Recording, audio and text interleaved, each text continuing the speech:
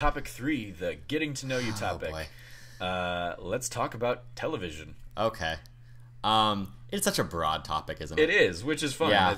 It allows me the opportunity to, like, when I bring somebody else back on the show in like a few months or something, and they're like, I want to talk about TV. I'm like, okay, let's talk about TV again. I don't care. Sure. Um, do you want to ask me something, or is there just like, Why does television? So, starting it off, you mentioned earlier that television is the thing you care about Yeah. the most, the medium you care about the most. Why? What makes television stand out? characters? And I mean, this is why video games are so significant to me too, because you spend so much time with the characters, or you can, depending on the length of a game. But when I think about the shows that matter to me most, when I just think about the things I'm most attached to, it's something that's just consistently in my life. So even with TV, I will care more about The Flash than Daredevil by far, because Daredevil comes out, once a year at most, and I watch it all within a weekend, and it's amazing, and it's fantastic storytelling, and I can get to that part of why I love TV too. But as someone who loves people, who's like, the basis of who I am is I want to spend time with people, I want to be around people. That's what I like the most in stories, is not some grand spectacle, not, superheroes versus supervillains, or even, as much as I enjoy philosophical questions, like I love Ex Machina, I love movies that challenge your brain. When it comes down to it, it's being able to relate to characters and relate to what they go through and stick with them throughout a long period of time. I feel like they're part of my life. And TV does that in a way that nothing else really does. Mm-hmm. Yeah, no, it's absolutely fair. The prolonged exposure, you're growing up with these characters Exactly. effectively.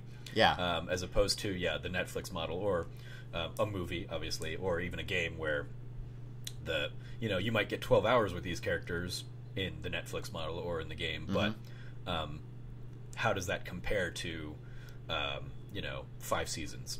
Yeah. And I mean, the Netflix model still holds weight for the same reason that Harry Potter holds weight, and the MCU holds weight, because, I do keep getting them. The characters exist and grow and evolve in a way that they wouldn't if it was confined to one movie or a couple movies. But it's definitely, the reason TV holds is the biggest thing for me, is because of that. Also because as a screenwriting major, I want to write for TV. That's the field I want to go into. As a collaborative medium, it's the best for my industry personally. It's also where the screenwriter has the most control, so that's really cool. Yeah, I mean, you mentioned in one of the last topics the you guys sitting around a coffee shop and kind of spitballing ideas, and I'm like, yep, that's the writer's room. So like that sounds like you're pretty much in the ballpark already for kind of making that happen. Like, there are people that I've been friends with over the years where I'm like, they'll put something out there, and I'll come in and like they'll put out a setup, and I'll provide the punchline and stuff. And I'm like, if I were ever in a TV like writer's room, I would want that person, and I would want that person, because like we just feed off of each other really well. So I absolutely get like that kind of writing partnership kind of relationship. Yeah, that's really what how a lot of writer rooms are designed, and that's part of, people always say that Hollywood's who you know, and it is, because when you're doing these kind of creative things, it matters less that you are the best, and it matters more that you are the right fit for the group you're going into. So like, I was reading Mindy Kaling's autobiography, and she was talking about when she got her job writing for The Office, the reason she got that job was because she went into interview with the head showrunner of The Office, and he's like, they talked for a while, and they just joked and had a good time, and that's why he decided to hire her, because he knew she was someone that he could work with him. Yeah. She also apparently yelled at him a lot, so. Oh, well, there you go. One of my friends has basically the working theory where she's I'll say, oh, like, I'm really excited, I want to work with these people, and she'll say, do they want to have a drink with you? And I'm like, I mean, yeah, we were hanging out at a bar visiting and stuff, and she's like, then they want to hire you. Like, if they want to spend time with you like in their off time, then they would want to spend time with you in their, you know, in especially like in art kind of fields, in entertainment stuff. Then they would want to spend time with you. So that's another reason where I'm like, yay, maybe IGN, hooray! It's gotta happen. Yeah. So let's talk about like favorite shows then. Okay. I'm sure there are plenty. Yeah. There's so goddamn many. I did a thing once where I found a website where you can put in every show you've ever watched and how many seasons of the show you watched, and then it tells you how much of your life you spent watching TV. And it was terrifying. And that's not counting all the times you rewatch stuff? No, it is not. I've watched all of Futurama. I've watched all of Futurama with the commentaries, and then I've done that like 2 or 3 times. So yeah, I was looking at some of them, and I was sorry. I was just I've definitely put in plenty of time. Yeah, I was looking at the number, and I was like, okay, but you're only counting Psych once, and I've watched that show 6 times, because Psych is amazing. Psych is a good one. Were you a Monk fan as well? I was a Monk fan. I was a Monk fan when I was very young, and kind of just watched, like, I had my kids shows that I was very attached to, and then there was the adult shows that my dad watched, and I was just kind of there for. So I wasn't like a hardcore Monk fan. I was it's around and it's a good show, I enjoy it fan. Psych came along though just as I was starting to pay attention to TV seriously. Same with Chuck. Chuck's another one of my favorites that we had touched on earlier. So good. And I love that show because it was like I was watching it at a time where I was consuming the show, and then I also was like consuming reviews and recaps and like people talking about the show. It's one of the first ones where I was like actively seeking that kind of like other people's opinions to like validate the things I liked, kind of criticism wise. And so I was very aware of like all of the behind the scenes stuff going on with that show and how it was kind of like always a bubble show. Yeah. And so they had to write like over the series, they wrote like 4 or 5 different potential series finales. And so you can see those like going back and watching. It's like, oh yeah, they didn't know they were coming back from this. And even like mid-season finales often would be written like a season finale because they did not know if they were going to get picked up for a full season. So like season 3, he shoots Shaw and he falls to his death, and Shaw was supposed to be dead. It was supposed to be like Shaw's dead, season's over, Chuck's off with Sarah now. But then they got picked up for more, so suddenly you had the whole Shaw's not actually dead, now he's the intersex storyline, which was awesome. I loved that. They did a really good job, but it's... Yeah, they did a great job, in particular, of like writing themselves into potential endings and then finding a way to write themselves out of it. Yeah. God, I miss Chuck. Yeah. If they could bring back Chuck, man. What are your thoughts on the final season? Not good ones. Not good. Not good ones. I wish it were better, but it was still more Chuck. So that's where I end up falling on it. Go ahead. Sorry. Sorry. No, I'm sorry. I think any goodwill I would have towards Chuck season 5 was destroyed by the ending of Chuck season 5. Being that Sarah forgot everything. And I'm just like, I was okay with it when it happened because I assumed that she would realize she was being tricked and like the memories would start to come back over time, or like at least they'd hint at it. Like they'd be on the beach at the very end and he'd be like, it's okay, I'm with you, and she'd have like a flash of their first time on the beach. It's like, okay, the memories are coming back, she'll be Sarah eventually, it'll just take some time. But no, it's just like, hey, they don't give you that.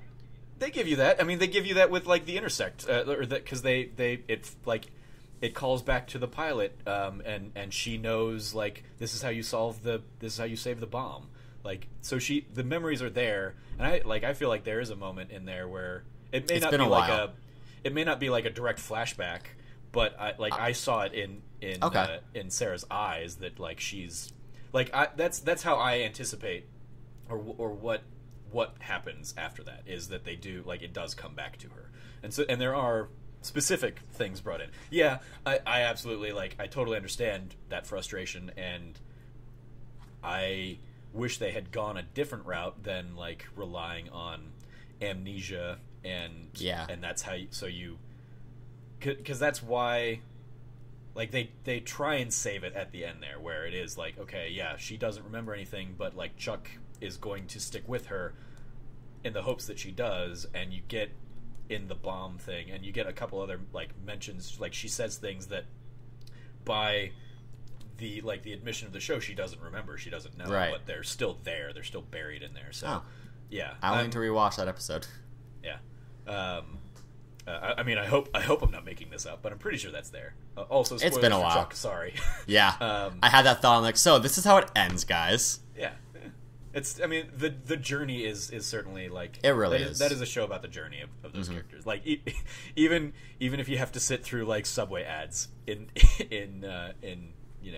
season 5 because they basically help pay the bill for the season. But the Subway ads are they're like such a part of the show. Yeah. There's the kind of thing where I'm like, it's part of your charm. It's complete product placement, but it's charming product placement. Yeah. It's product placement knowing it's product placement for a show that was as vocal and supportive and in the know to know what Subway meant to that show, that like when they're making Subway references and jokes, the audience is in on it. The audience gets that. Yeah, I remember seeing all of the Chuck ads in my local Subway. I totally understand that this is, and they did this, like Subway did the same thing with Community. They go in and save all the shows I love. I know, even if it is a little bit past Community's prime when it happened. Yeah, 6 seasons in a movie. Come on, we're movie. so close. One move, just give it to us. Give us the harrowing tale of Abed finding Troy. God, I would watch that. Right. I would watch the hell out of that. Troy and LeVar Burton got shipwrecked, and it's up to Abed to save them. What if they cross Rick and Morty and Community? So they're jumping through dimensions, and they can have Abed find Troy, but it's not actually Troy, it's Childish Gambino. And he's like, what the hell is this? I love it. Go get in the Rick and Morty writers' room for season 5, I'm assuming that gives you a couple years to get there. Out of college, Make that pitch. We're gonna make a Rick and Morty movie that is actually a Community movie, because Rick and Morty has more backing. At this point, it does. At this point, it does. Yes. So what are some other standouts? We've touched on a lot on the comedy side of things. What about drama? Drama is probably like the biggest thing for me, so that's one to get into. I love Game of Thrones. It's almost obviously. Like we've had conversations about this before, and right? And I gave you a leading question. Yeah, I love Game of Thrones, obviously. Not obviously, but like Game of Thrones. Okay, do you see what I'm talking about with Allie's dog? Yes, I would not have thought of it, and the eyes are definitely a lot bluer in a White Walker than in the dog, but I see it. Yeah, that's in my head now. It's not getting out of my head now. For those just like listening or tuning in, Allie just posted, our friend Allie Mushka, former guest of the show, posted that she's going to get a new puppy, and the puppy has very blue eyes. And so I made a reference on Twitter about it looking like a White Walker, and don't die, Allie. I'm just, if I ever meet that dog, I'm just going to call it Night's King at all times. There you go. Excellent. Yeah. So Game of Thrones. I'm a season behind, but I know everything's been going on. So you poor soul. Spoiler culture has never bothered me. It's not even that though. I mean, that's part of it. Okay. It's just that season 6 is so goddamn good. It's so good. Like fuck. There are some wonky things in it. There's a storyline that just kind of derails, and I'm like, why is this happening? Please stop. But for the most part, that season, man.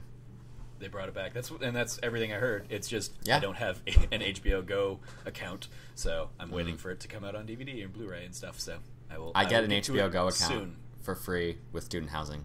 So someone's a student and gets free shit. I pay a massive tuition for a private Catholic college, but I get a $15 subscription to HBO. There you go. Yay. It's all worth it. Worth it in the end. I think so. All right, Game of Thrones. What Game of Thrones? another one that's very character driven, obviously. Yeah, that very. Had you read the books going into it, or have you read the books? I have not read the books. I did not know there were books. I'd never heard of Game of Thrones or A Song of Ice and Fire until the TV show premiered. And I started watching Game of Thrones right after season 3 ended. So I marathoned seasons 1 through 3 in 3 days, which was absurd. Yeah, but a little bit. Yeah, no, it was summer. I didn't have anything else to do. I did the same thing with like Lost. Like for seasons 1 through 4, I'd like marathon that whole thing in a week. Yeah. The way I have an approach to books being adapted into movies or into not video games, or into TV shows.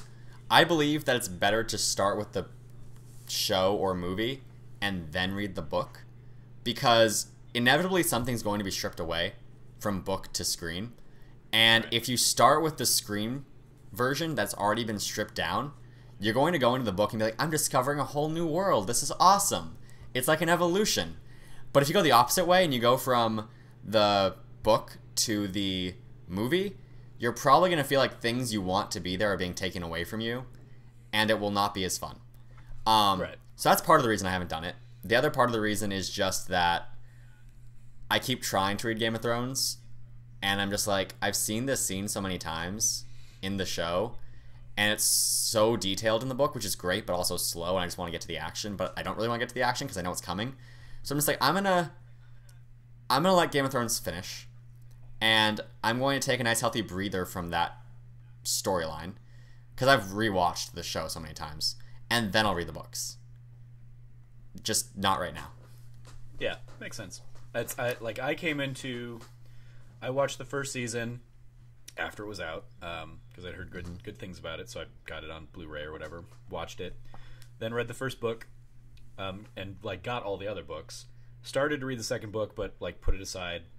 Second season came out, then I read like books 2, 3, and 4, and I'm somewhere in the middle of 5, and I've watched seasons 3, 4, and 5 since, and it's certainly like at the point where the show has certainly surpassed the books, so I'm finding out new things on the show than I would be finding out in the book. But yeah, I totally it's when I had like nothing to do, for like when I wasn't writing every day or something like that, sitting down and reading a chapter or two in Game of Thrones made much more sense, and these days it just doesn't at the moment. So yeah, I'm kind of in the same boat. I'll keep watching the show and I'll get back to the. I also like I have a more steady understanding of the schedule of the show. Of like, okay, yeah, they're going to come out with a couple more seasons and then it's going to be done. No idea how many more books are really going to happen or when they're going to come. True. So it's certainly like that's a much more reliable option to consume the content. Yeah, and I know the books diverge heavily from the show as time goes on. So I feel like what you're saying, if I wait until all the books are out, I can just consume them like at a nice pace and not feel like I'm having to wait. But if I start reading them now, I'm going to hit a point, like, you know, when you get to the end of the books where everyone else is, where you're just waiting on that next book. And I know I'm going to want that next book because it's diverged enough that there will be things I won't get from the show. Yeah. So I'm going to wait. It's like, I mean, we got it a little bit with like Harry Potter, where it's like, okay, like I'm hoping that the books are out in the time that the final movies are coming out, and they were. And yeah. We were fine on that front. But like they weren't when the movies started, and it was like, okay, like let's hope she's got a good enough game plan on these that she's going to finish up before the movies do. Fun fact, my laptop is propped up on like 4 Harry Potter books right now. Which ones? Order of the Phoenix, then Deathly Hallows, Order of the Phoenix, then Half-Blood Prince, then Deathly Hallows, then Cursed Child. Okay. I haven't read Cursed Child yet. It's interesting. Good? Is it interesting? It's interesting. I mean, it's a play, so yeah. Like, I feel like I will be more amenable to it than like the common audience, just because of. I mean, I've read plays for fun for years. Bear in mind, I'm a screenwriter who's read many scripts, so me saying it's interesting is different than someone else saying it. Absolutely. Touche. Yeah. Okay, so Game of Thrones. What else? I've been watching Westworld. I mean, it just ended, but Westworld is so good. I love superheroes, as you know, is probably evidenced by anyone watching because I'm wearing this right now. Yeah. Yeah. Captain America jacket. Captain America jacket. On brand. So I love Flash, Supergirl, Arrow is getting better. A thing happened. A thing happened on Arrow. I'm not going to say what it was because that would be a major spoiler. I've not watched the mid-season finale. I finally caught up on like the big crossover stuff. Yeah, finished that. But yeah, I am an episode behind on all of this mid-season finale stuff. Yeah, oh, no. A thing happened on Arrow in the mid-season finale. Oh boy. Is it? Well, we'll touch. I'm base not. On it offline. We'll touch base when it. Yeah. Anyone who's seen it should understand the connotation I'm saying "oh boy" with, but I'm being deliberately vague on if this is anger or happiness. But they'll know. Yeah, no, I stopped watching Arrow after Laurel died because at that point the only two characters I cared about on that show were Thea and Laurel, and then it got knocked down to Thea, and I was like, this is not enough. But no, I've been watching season 5 because I heard it was better, and it is better. So I watch Arrow, I watch Agents of S.H.I.E.L.D., Agent Carter before it got canceled. Rest in peace. Yeah. Sad. It was so good. Well, season 1 was so good. Yeah. What else? Oh, Legends of Tomorrow. And is that all of them? There's a Netflix show. Stranger Things is super cool. Do you watch Gotham? I don't watch Gotham. I tried watching Gotham twice. I watched Gotham season 1 and I got to like episode 4 and didn't care. And then people were like, but season 2 is so good now. They've changed so many things. So I was like, fine, I'll start in season 2. And you know what happened? Still didn't care. Yep. I know Kaylee Woomer loves Gotham, so you know, I'm glad it makes other people happy. I mean, she also loves Batman v Superman. True. Not the highest standing to have there. No, I don't watch Gotham. I watch. What else do I watch? Young Justice is coming back. Hells yes.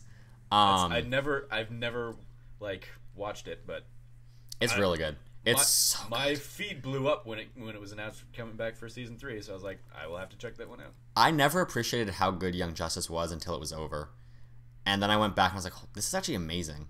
Like, this is an amazing storytelling.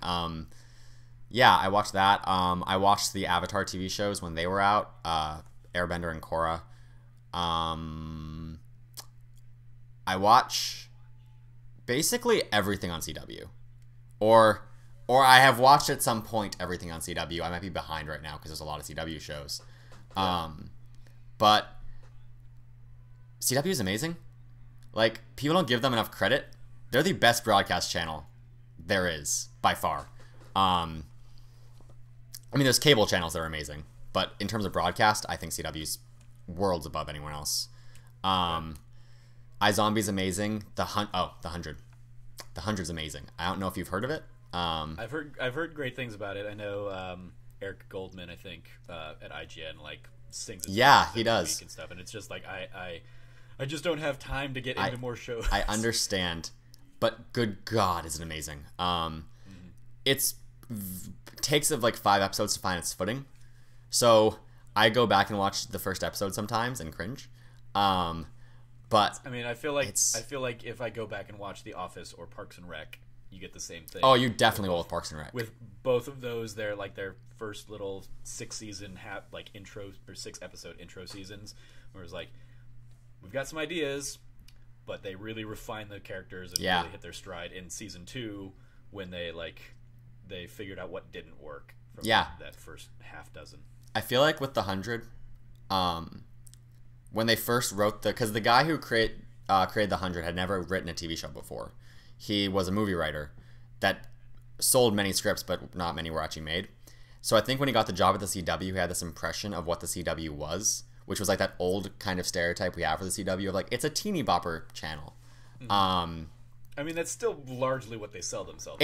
They sell themselves as a young adult brand, but they don't sell themselves as like soap opera, like teen girl kind of things. Like, Like, the 100 was that way. The 100 was interesting concepts. For those who don't know, the 100's about, like, 100 years in the future, the world's been destroyed by nuclear fallout, and the only surviving humans are the ones who were in space on 13 different countries' space stations when the nuclear war went off. So they all, like, united together into one massive station. That's the remnant of humanity. And because they're running out of oxygen, they send... okay, so if you commit a crime and you're over 18, you're killed immediately. Like, regardless of the crime, you're floated into space because they can't afford the oxygen.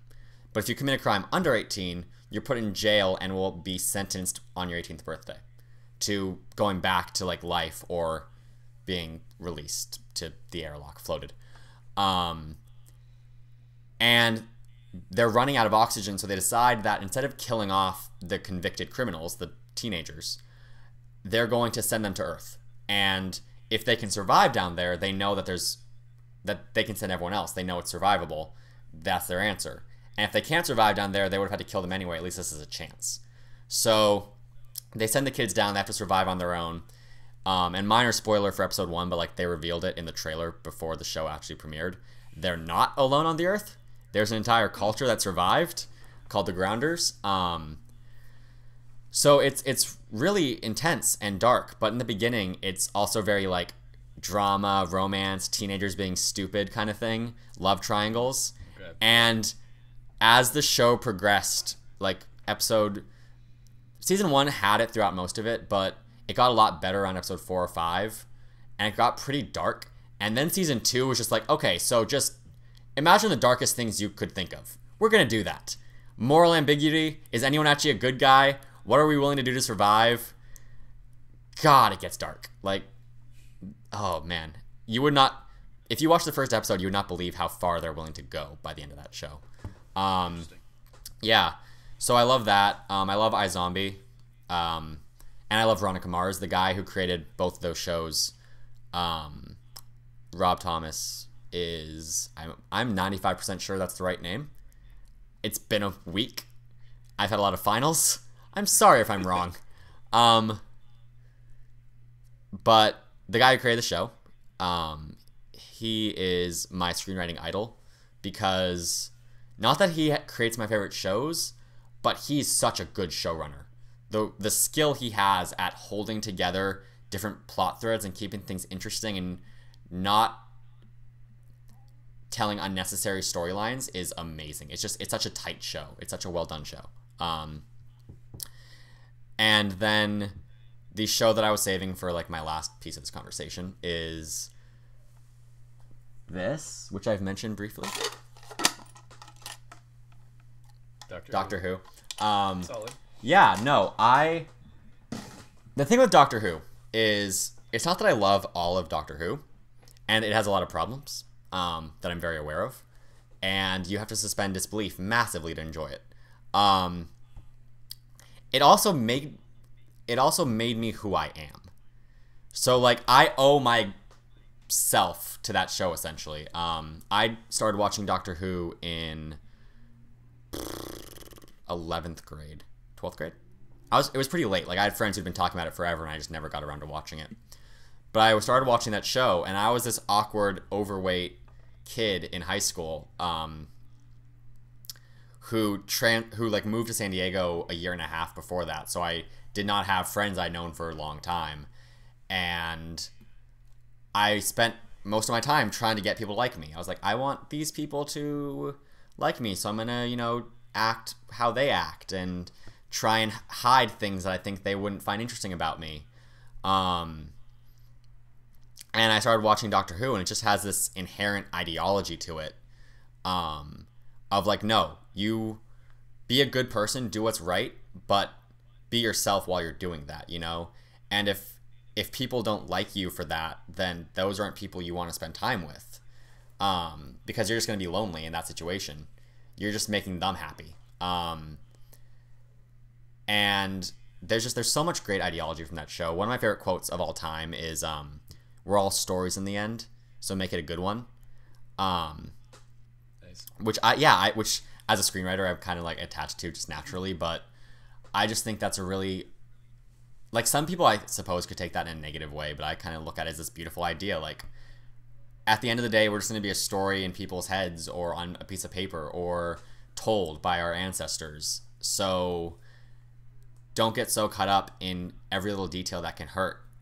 Just embrace it and live your life. And I'm very optimistic as a person, and I think I kind of developed that from the show too. So Doctor Who is a testament to, I think, to how much shows can impact somebody. And like all media can. Video games can do it, books can do it, movies can do it, but I think the amount of time you spend with characters and with a show allows you to become attached and taught in a really, really brilliant way that you can't really do with other mediums. Mm-hmm. So yeah, I love Doctor Who a lot. So with Doctor Who, which Doctor did you come in on, and are you talking specifically solely like the rebooted series, or have you gone back and watched old episodes and stuff? I've watched some old episodes. There's a lot of them. Indeed. I do not have the time to get through all of that. Yeah. So no, when I talk about Doctor Who, I'm primarily talking about the modern stuff from the Ninth Doctor onward. I've watched some of the very early episodes, like the very first episodes of Doctor Who. I've watched the Doctor Who biopic about the first Doctor and like that stuff, and that was really cool. But no, I've not seen everything, unfortunately. I wish I had. That's I mean, the ones I've gone back to and watched, I'm like, yeah, these are like, they're definitely a product of their time. Yeah. And I think the modern era like took the spirit of the show, but it's just really tough to go back to. Doctor Who changes a lot. Like even in modern Doctor Who, you can see it. You know, the shift from Russell T Davies as a showrunner in seasons 1 through 4 to Stephen Moffat as a showrunner. Doctor Who became a lot more fairy tale in season 5, I think. Yeah. Which I love. Like season 5 is my favorite season of that entire show. Which is also my first season, so I'm a little biased. Okay. So you came in with 11. I came in 5 with 11, and 5 is my favorite season, and 11 is my favorite Doctor. So how much of that is influenced by when I came in? I don't know. Probably a lot. But it is. Yeah, that Vincent Van Gogh episode. Oh God. So many feels. Oof. God damn. That's that and Blink are like the two standalone episodes that I can go back and watch kind of anytime. Yeah. Same. And that I will like direct people to when they're like, hey, like, I want to get into Doctor Who. What should I watch? I'm like, okay, these won't give you a good sense of like the overarching like story, but these show you the kinds of stories they can tell. Yeah. I came into it like randomly. I was doing a show, doing a play called The Mousetrap, Agatha Christie, like murder mystery novel, or that was turned into a play. All the characters set in England, and my director for that show, who I knew a little bit through like the community, but he was a big Doctor Who fan, and so we were talking about it, and so I was like, oh, okay, it's on Netflix or whatever, I'll go and like start watching. So I start watching Doctor Who. At the same time, like my best friend at the time is also watching Doctor Who, and we're kind of like watching in sync. I end up basically using David Tennant as like the template for my accent in that show, which was amusing because there were a couple words in there where I would like switch into Scottish. Because he's Scottish. Because he's Scottish, yeah. So, and what was great was my character was basically lying about who he was. So it didn't matter that there were moments where I just couldn't hold the facade. Interesting. But yeah, so that's how I justified at least. Where I would say a word every night and be like, oh, it was a little too Scottish. But yeah, I was like, but it's okay because I can justify it as the actor playing the character. But yeah, so accents are hard. They certainly can. Yeah, I have friends who are in a theater class on campus where the entire class is like learning how to do different accents, and I'll hear them switch into these accents, and I'm like, how are you doing this? Yeah, I mean, they're because I took those classes too, and they're, depending on how you do it, it can be a very like mechanical process where you basically just write everything out phonetically and then just make substitutions. So like the example I always talk about is if you're trying to do an accent in Tennessee, you'll take the eh sound and make it an I sound. So you'll take pen and it becomes pin. And so it's simple substitution, but living in Tennessee, you talk about pins and stuff. So them writing utensils, which that I'm sure I was not staying consistent with Tennessee there, but yeah, like you learn kind of the rules of the language and how to make the changes to make it apply. Makes sense. It's very rare that like you have the time to do that and go through the script and make all those substitutions and figure it out. So it's absolute like none of us in that show that we were like all being British. We all had very different Britishes. Like we were all doing a different dialect of British. Right. I could at least like write it off as like I'm not really this character, so it's okay for me. But yeah, you two who are married and have grown up together, you should probably sound a little bit more alike than you do. Yeah. But we didn't have like a real dialect coach or anything. It was a community theater, whatever. Yeah, dialects are hard.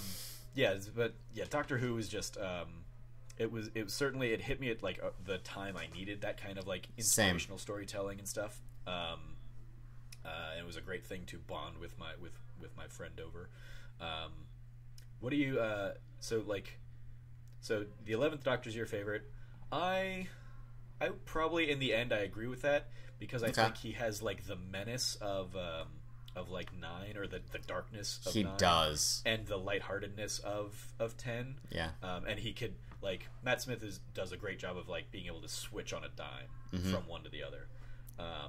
So I can fully support that. I hate 9 though, and it's not that I hate 9. It's that I hate Christopher Eccleston. Interesting. Because he went in this thing knowing he was only going to do a season, and then just like refuses to come back and do anything. So it's very clear that like if you watch the 50th anniversary, the 50th anniversary special should have been 9, 10, and 11. Yep. But because Eccleston wasn't going to come back and do it, they had to make up this War Doctor. For or William Hurt, John Hurt, whichever. William Hurt. And so it's like his decision to like help bring the series back, and his disdain for the fandom of the series just boggles my mind. Yeah, I get that. God damn you, Christopher Eccleston! Like you could be so much cooler than you are, but you went and like just. You're crapping the bed on so much. Yeah. Honestly, like, I never loved 9 as a version that much. He grew on me over time, but because he and season 1 as a whole had to grow on me, and because he's only around for one season, he's just kind of a Doctor I don't think about that much. Yeah. When I think of, like, early Doctor Who, I think of Rose more than I think of 9, ultimately, because she ended up bridging the gap. But I also felt that, like, they didn't need to shoe in a love story there between 9 and Rose. It ends up paying off a little bit with 10, but yeah, it was like it was also just kind of weird and uncomfortable where it's like, okay, this guy's like 900 something years old, and you're having him run around with an 18-year-old girl. That's a little uncomfortable when you think about it in that context. And I get that, like, the target audience of like children or whatever or man children is not necessarily thinking about that, but it was always in my mind. I was like, this is weird. It is. At the same time, like, I used to ship the hell out of 11 and Clara, so I can't really talk. That's fair. Yeah. What do you think of Capaldi and how what he's doing with the show? I like Capaldi a lot. It took me a while to embrace him fully, especially because I love 11 so much, so losing Matt Smith as 11 was just hard. Yeah. But I also feel like 8 was just a kind of not great season. So he had that working against him because season 9 of Doctor Who was fantastic. It's so good. Like 8 has 2 of my least favorite episodes of the modern era. Which ones? In the moon egg one. Oh Jesus God, yeah. And the like World Forest one or whatever, because I'm like, okay, like you've completely thrown subtlety out the window for these allegories. Like, yeah. Oh my god, I was so angry watching those episodes. Yeah, they weren't great because of just how over the head they're trying to beat you with their message. Yeah, it was frustrating. Yeah, I love his intensity with the role. He's not like, so he has that side of it down, the dark Matt Smith episodes. He can really nail those, and I think he struggles a little bit more with the lightheartedness, or it feels like he's struggling a little bit more. Maybe that's just my own ageism or whatever, because of his appearance, that I like when he does slapsticky stuff, it feels extra slapsticky and physical comedy stuff, and I'm like, I don't like, this isn't the Doctor I want. Yeah, like I'm thinking in particular, I'm thinking like his debut episode and falling out of the tree onto the horse or whatever, and a lot of like that, some of those sequences, I'm just like, is this where we're going with this? But yeah, I agree that in season 9 it kind of it did turned itself around. Yeah, 12 isn't my favorite. He's probably below 10. But I like him a lot. I'm happy having him around, and I'm willing to have him around until Capaldi wants to leave. Yeah. It's not like, I know my dad is not a big 9 fan, so he's just like constantly sitting here going, what, or not a big 12 fan. So he's constantly sitting here going like, when do we get the next Doctor? And I'm like, I like him. I don't mind this whatsoever. I minded the goddamn Sonic glasses, but yeah, that was stupid. That was indeed stupid. They made up for it with Clara being alive and basically her own Doctor, though, because she's my favorite companion. So I'm just like, that's right, Clara. That's I was gonna ask if, given your affinity for 11, if Clara or Amy and Rory were your favorites. Yeah, no, it's Clara. Again, this is one of those situations where I feel like I am biased because 11's my favorite Doctor, but at the same time, I feel like I'm right on a personal level, at least, because like Clara's my favorite, and then Rory, and then Amy, and then Donna, and then Rose, and then Martha. And I don't dislike any of them. Yeah, poor Martha. I don't dislike any of them. Martha's just kind of there, but I definitely love Clara, Rory, Amy more than I love 10's companions. I would, yeah, I'm in the same boat there. I don't know if it was like I felt like I could relate to them more than Donna or whatever, but yeah, I probably lean towards Amy and Rory a little bit more than Clara. If anything, because I felt like Clara and the 11th Doctor too often like were just the same note a little bit. Like they were both fast talking and inquisitive and stuff. So I think she plays off way better with Capaldi for my money than because they have different flavors now. But yeah, she also got saddled with the fact that she was basically a MacGuffin. She really was in season 7 for her introduction, and so yeah. So it takes that takes some weight away from the character that they eventually build her into. Because I mean, like the death episode is it in season 8? Her death episode? No, the guy that she was seeing. That's 8, yeah. Like when he dies in a very Joss Whedon-esque manner of like just suddenly just and dead. Without like fanfare, like that was definitely like a heart-wrenching episode. But it was like, I feel like if I had liked her as a character more, kind of for another year or so before that, I think it would have had even more emotional impact on me. Yeah. I think I was benefited because when that happened, I was pretty active on Tumblr in terms of like Doctor Who fandom community. Oh, so you're just seeing all the GIFs. Oh yeah, all the GIFs. That was a dark time in my life. Like I have some friends. I have some friends that I made through Tumblr, who I value greatly. But Tumblr. But no. So I was very active in that community when Clara came. So season 7, the second half of season 7, when we had Clara as this like witty, fast talking, you're right, she was very much the Doctor. I feel like she was kind of a toned down Doctor, because in season 7, 11 kind of went over the top, in a way I did not love. But